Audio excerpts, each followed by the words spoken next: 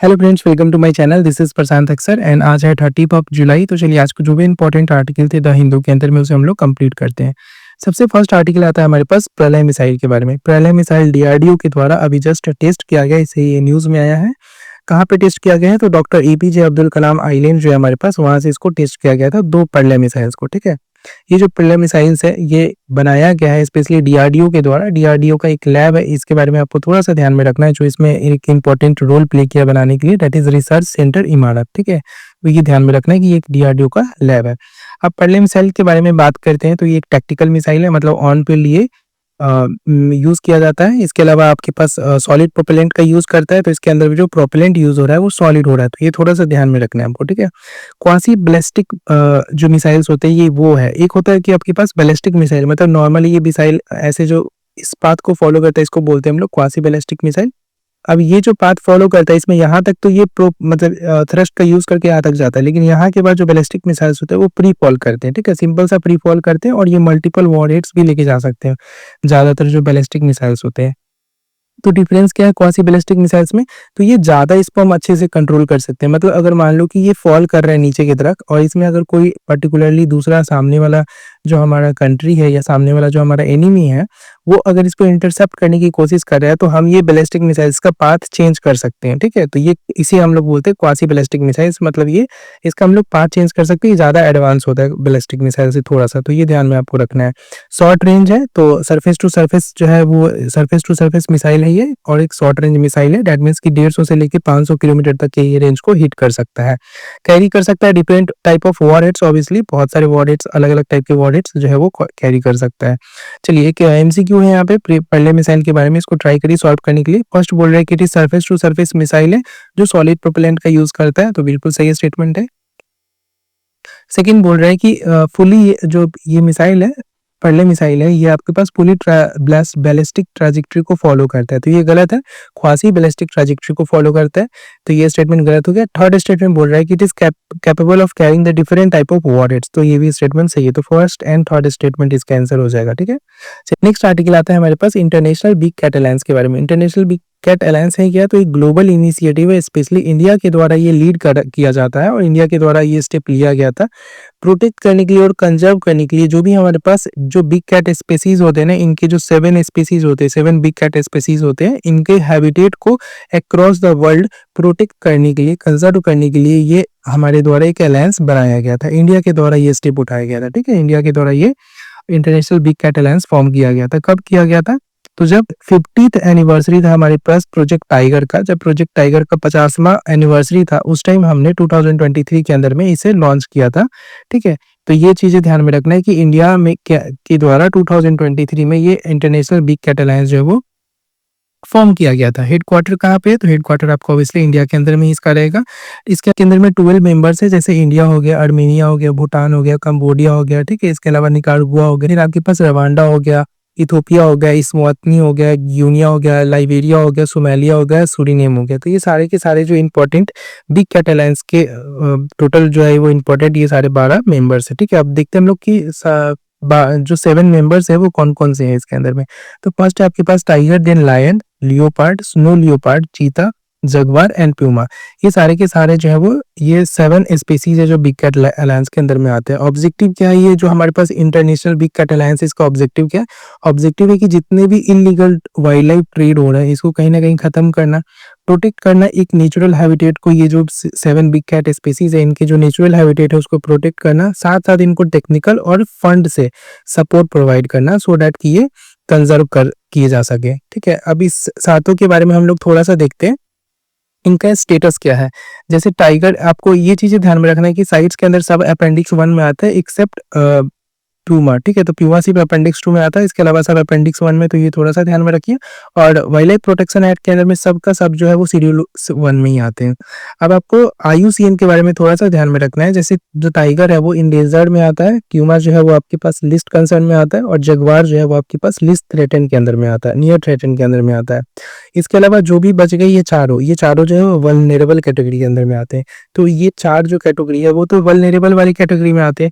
जो 3 नहीं आते वो कैसे याद रखना है? तो उसको ऐसे याद रखिए कि फर्स्ट में मेरे साथ रिपीट करिएगा, ठीक है, याद हो जाएगा ये चीजें। टाइगर का इंड हो रहा है तो इंडेंजर, टाइगर जो है वो इंड हो रहा है तो टाइगर इंडेंजर में आएगा। प्यूमा भी लिस्ट बचा है, मतलब प्यूमा भी कम बचा है तो ये लिस्ट कंसर्न में आ रहा है।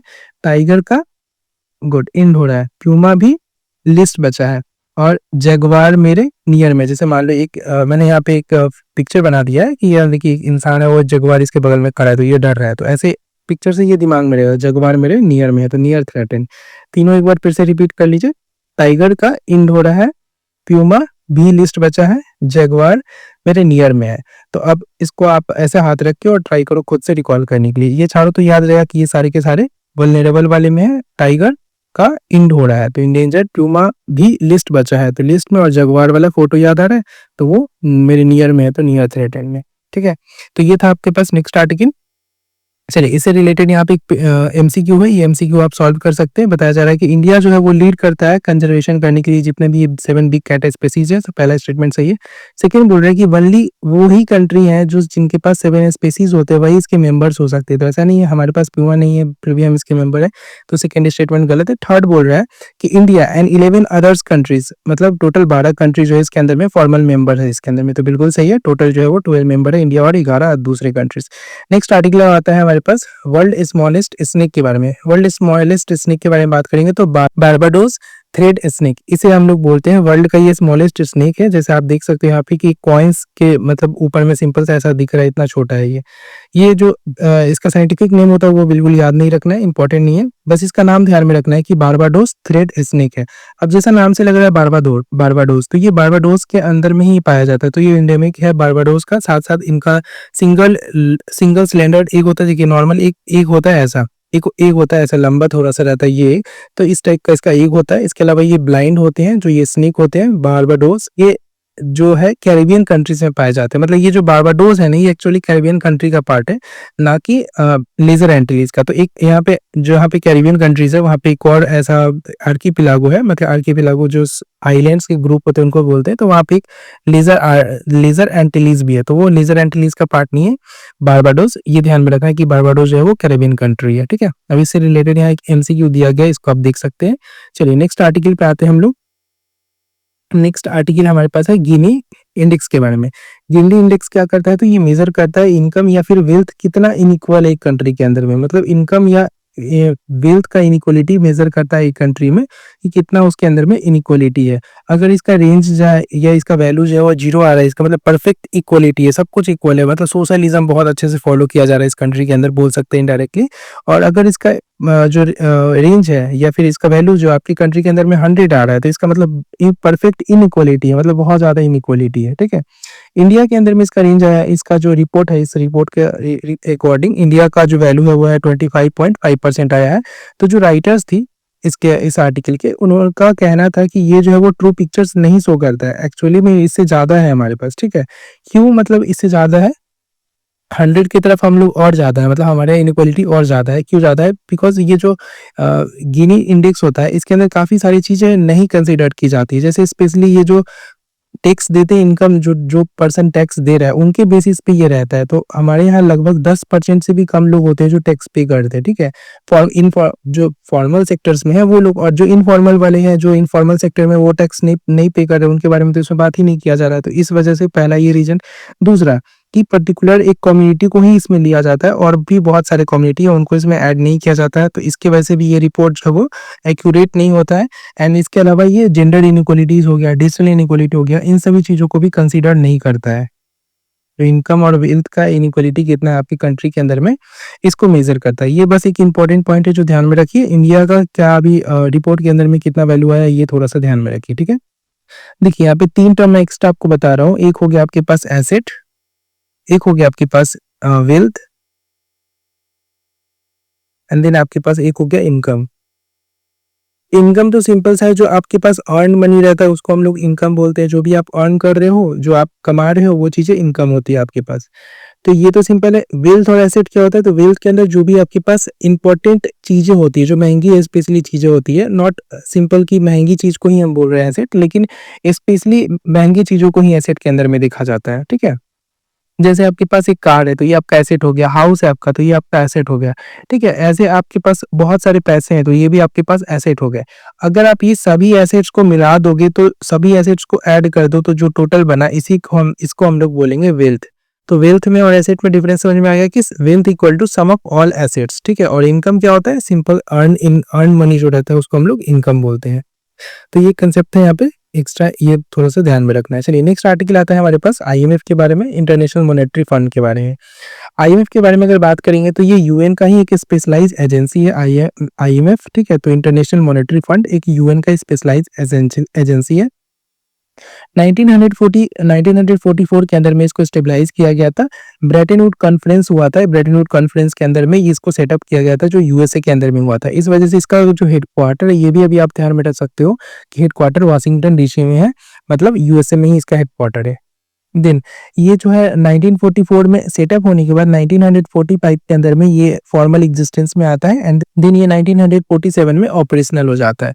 नाउ कंट्रीज के बारे में बात करेंगे, मेंबर कंट्रीज तो 191 इसके अंदर में टोटल मेंबर कंट्रीज है। तो देखिए लगभग वर्ल्ड के सारे कंट्रीज इसमें दिख रहे होंगे, कुछ ही कंट्री को छोड़ के, जैसे कुछ कैरेबियन आइलैंड्स हो गए, नॉर्थ कोरिया हो गया, ठीक है? तो इन सभी को छोड़ के बाकी मैक्सिमम कंट्रीज है। तो 191 कंट्रीज इसके मेंबर है, ये ध्यान में आपको रखना है।